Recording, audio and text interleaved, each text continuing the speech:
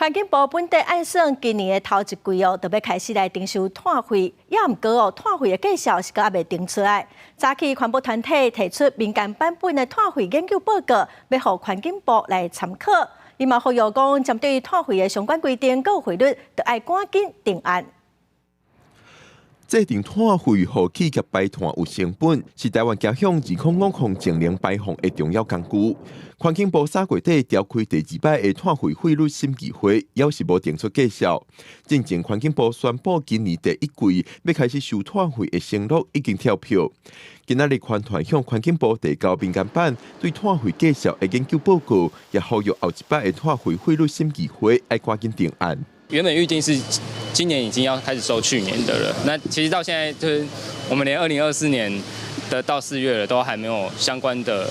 就是费率啊，甚至到现在还有3个执法还没有出来。7、8月的时候吧，成立了一个碳权交易所，然后去年也公布了非常多的碳权相关的执法，但其实这些碳权的执法在没有碳费以前是没有意义的，就是从法治的架构上。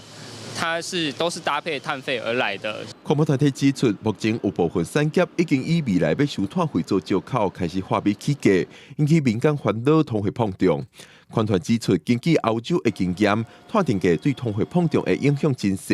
因认为，若准赶紧定出碳费，民间就通有正确的标准，检视产业的起价敢有合理。主要这个报告里面写的比较是原则性的建议，以及全球在这个碳定价制度上大概是什么样的做法跟情形，去给委员们做参考。希望能够在执法的预告之后，我们会尽速的来召开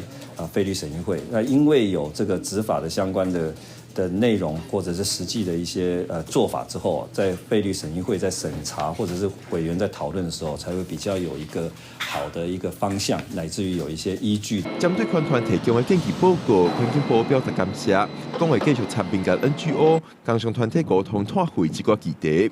目前政府会赶紧定出碳定价主法进行预告，赶紧召开审议会进行所落来的听书。记者林玉凯台北报道。